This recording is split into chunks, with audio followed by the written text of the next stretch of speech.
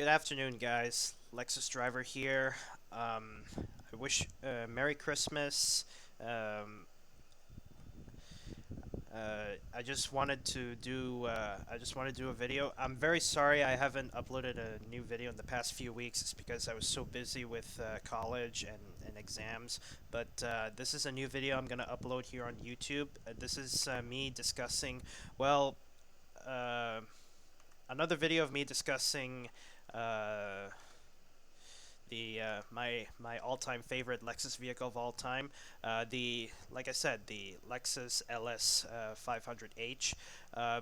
Still nothing new, nothing new like the pictures and whatnot. But exterior looks good, etc. Interior. Let me open up a new picture. Um, Also, I also downloaded another picture containing. Um, I also have another picture containing the updated Lexus LS 500H. Um, so um, the Lexus the brand new Lexus LS 500H, along with the Lexus LS 500 and the 500 F Sport. Uh, the what's really new to this vehicle, interior still hasn't changed, but the only parts that changed, let me zoom in.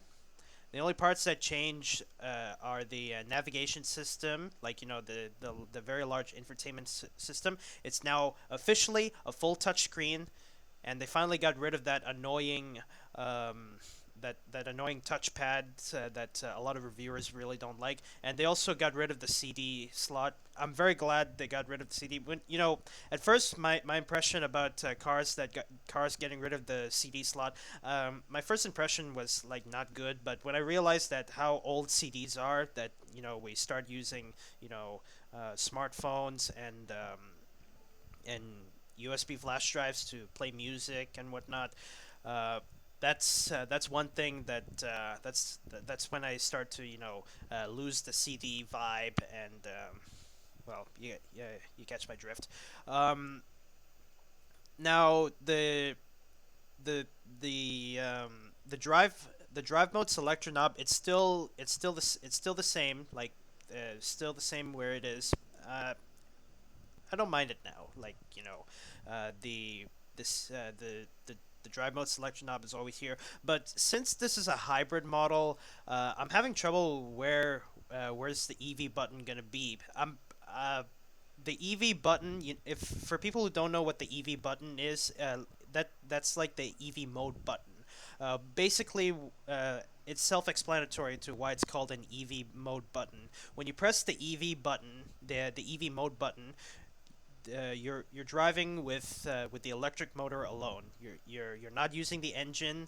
You're just using pure electricity, fresh from the battery. So I would assume that the EV mode button, it's most likely they're gonna place it here or here. I really hope it's not going to be here, because I don't like it when it's out of sight. The only button that's perfect for me that's out of sight, since this vehicle has like four cameras, one in the front, two on the side view mirrors, and one in the back. The view button can stay out of sight. I mean, I can tell that the view button's right here. And let's see. I think I would say this is the parking brake. Um, I think that's a brake hold I think that's a brake hold button. Yeah. So the EV mode button. I really hope it's gonna be somewhere where the driver can see it very well. I hope it's gonna be here, because the previous generation Lexus LS, the EV mode button, it was right here. So yeah, I know this. I know that the Lexus LS 500H is really expensive, but you know, I know it's expensive, but as long as that you have, as long as you have, like, the features, like the default features, like, don't go for any upgrades. Like, as a result, like, don't go for any upgrades. that's going to be a big spike. Just keep it the default. Like keep what you have for like you know what I mean. Um, Also, the one thing that that they also kept, I'm I was a bit scared they were going to get rid of they're going to get rid of the analog clock because you know analog clocks are really a thing of the luxury in luxury cars. But I'm okay, like you know, with the analog clock in the center. It's just that if you're the driver, if you want like if you want like you know a digital clock, the digital clock will always be right here um, on the instrument panel. So I would say it's both a great view for both the driver and the passenger who's riding shotgun. So yeah, interior of this vehicle looks great. Doorknobs are pretty cool. The interior still remains the same. I'm really glad that they finally got rid of the touchpad and finally have that really big touchscreen. And I would say in my previous video, I don't know if I discussed this in my previous video, but if it is uh, once again, when you have a touchscreen like in a luxury vehicle, I really hope that the when the LS gets a new makeover, I really hope that they're gonna make the touchscreen really big, like big, as it take as like it takes up like most of the dashboard, like the center part of the dashboard. So yeah, and another picture of the interior. Yes, I'm very glad that with the executive class seating package, you can seat five people. Um, and like I said in my previous video about the LS 500H previous generation model, like the previous generation model, like the LS 600H, now it's called the LS 500H. I don't get why they reduced the number from 600 to 500. Um, in the previous generation Lexus LS, when you have the executive class seating package, you can only sit four people. And you know, to be honest, I really like the executive class seating package. I know it's might be some sort of upgrade that's gonna spike up the price, but I'm very glad that the new generation Lexus LS, you can now sit five people, even if you have the executive class seating package. And also, I'm pretty sure people in the comments tell me that the Lexus LS is only meant to be chauffeured, but I could compare this to the Rolls Royce. The Rolls Royce, if I had to pick between the Rolls Royce or the Lexus, I'd say the Lexus. I would choose the Lexus because the Rolls Royce, it's not meant to be driven; it's meant to be chauffeured. But in this one, it can be both. It can be both meant to be driven or meant to be chauffeured.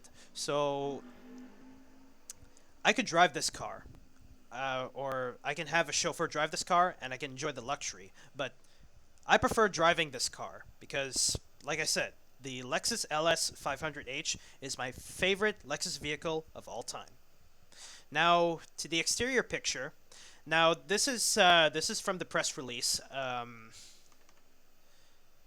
Yes, still has that same body look. Um, I feel like you know this vehicle with this really nice body look with the headlights and also the front grille.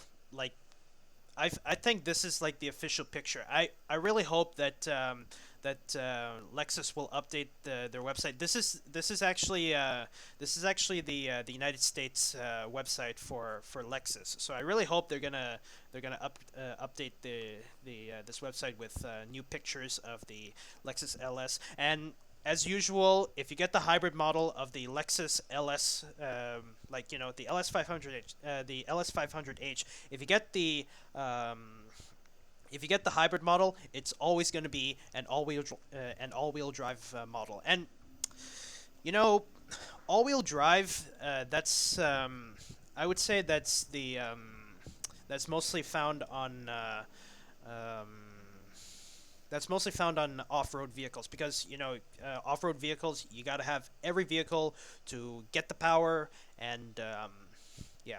So the LS500H, it's always going to be an all-wheel drive vehicle. So And when I looked at the energy monitor screen, it looks pretty good. Like I'm very glad they still have the energy monitor screen. I just wish that they still kept those labels.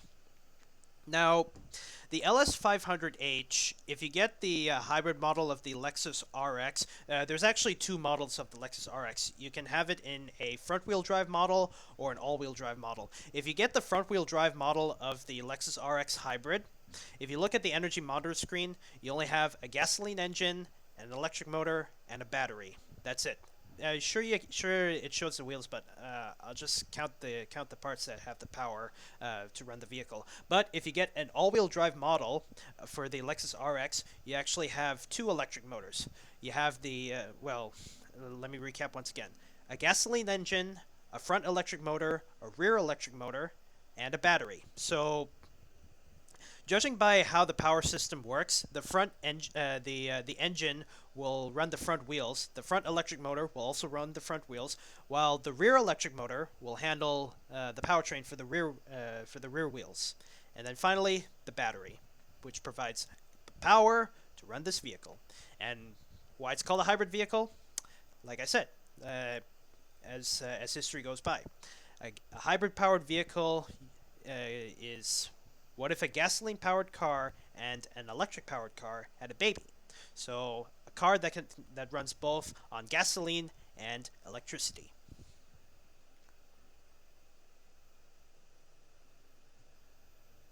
So yeah, uh, memory system. Also the doorknobs, it's just a doorknob. The actual lock is actually like on the door itself, like separate away from the doorknob, like those old timey cars.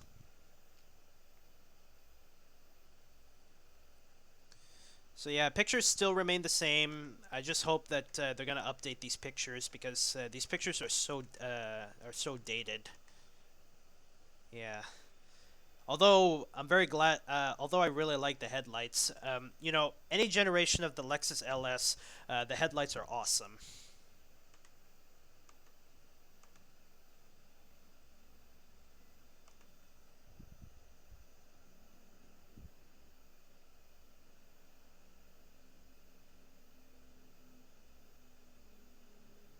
Also, I forgot to mention regarding the energy monitor screen.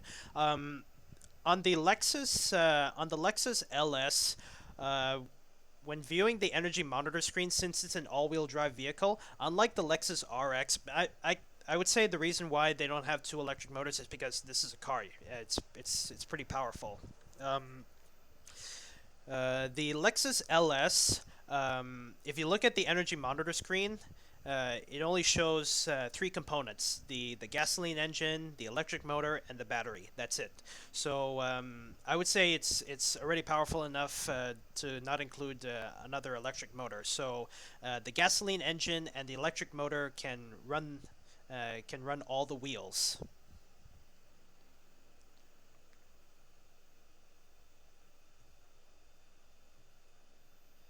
Transmission kind of Prius-like. I just wish that the transmission can give you that CVT feel. I mean, sure, I like the paddle shifters, but I really wish I can have that CVT feel. Like you drive and then upshift and then downshift. You know what I mean. But overall, like I said, LS Hybrid really my favorite vehicle of all time. So yeah,